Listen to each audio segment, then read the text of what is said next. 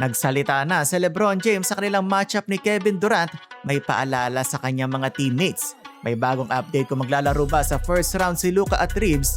Mabigat na sagot ni Dillon Brooks sa kanilang do-or-die game versus Stephen Curry. So unahin muna natin mga idol ang inaabangang tapatan bukas, do-or-die game ng Golden State Warriors at Phoenix Suns. So dahil natalo ang 7 seed Suns nung nakaraan versus Blazers, haharap sila sa winner ng 9 and 10 seed. Etong ang Golden State bukas sa elimination game.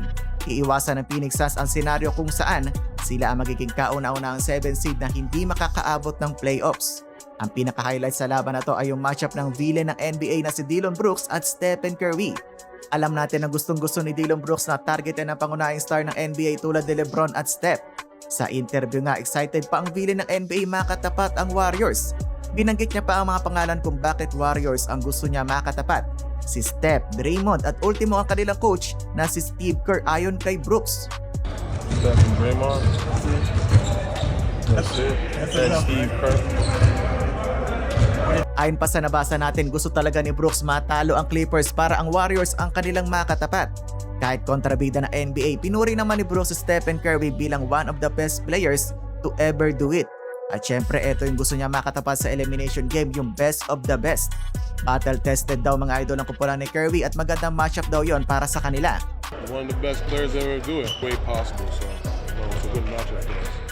Usapang GOAT, lap trip naman si Jimmy Butler matapos gayahin ang tunog ng kambing na para bang sinasabi na ang kanyang teammate ang greatest of all time. Do it! Abangan natin ang matinding matchup na yan mga idol bukas 10 AM. Speaking of matchup, wala na atang mas exciting makita ang dalawang legendary Hall of Famer na magtapat sa basketball court, LeBron James at Kevin Durant probably for the last time sa kanilang karir sa NBA. Los Angeles Lakers versus Houston Rockets sa first round ng playoffs. Wag naman sana pero baka ito na ang huling pagkakataon makikita natin magbabakbakan ng dalawang ganitong kalibreng superstar King James at Durantula. Bago ang anticipated matchup ng dalawa, na corner si LeBron ng media at tinanong tungkol sa kanilang tapatan ni KD. Ayon kay LeBron, matagal niya na sinasabi kung gaano kagaling sa basketball etong si KD. Obviously, siya daw ang head of the snake ngayon ng Houston. Obviously, we know that's the head of the snake, but it's the Houston Rockets and they have some damn good players on their team. So. Pero hindi lang naman si KD ang dapat nilang alalahanin kundi ang buong squad ng Rockets. Oo, Hall of Famer daw si Durant pero kailangan nilang pagandaan ang buong kupunan ng Houston dahil madami-dami silang good players. It's the whole group. Obviously, like I said, KD's gonna do what KD does. He's a Hall of Famer. We know that. So. Ang Houston mga idol ang nangunguna ngayon pagdating sa rebounding department, leading the NBA with 3,946, first in NBA on rebounds per game at 48.1. Dahil dyan, natanong si LeBron tungkol sa rebounding ng Houston at kung ano ang message niya sa kanyang mga teammates. Simple lang ang sagot ni LBJ, malalaki na kayo, gawin nyo ang trabaho, box out at rebound. Put your ass in there, box out and rebound.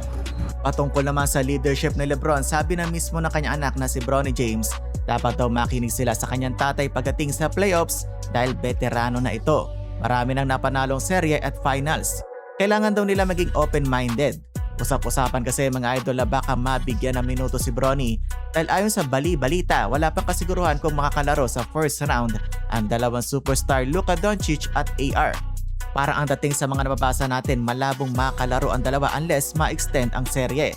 Dahil dyan mukhang mapipilitan gamitin ni Coach Redick sina Bronny James, Nick Smith Jr. at Dalton Knecht. Though spotted naman si Luka na naglalakad sa isang event ng Real Madrid. Abangan na lang natin mga idol sa mga susunod na araw kung ano talaga ang sitwasyon pagdating kay Luka at AR. Yun lang muna ang balita ngayong araw. Huwag kalimutan mag-like, share at subscribe.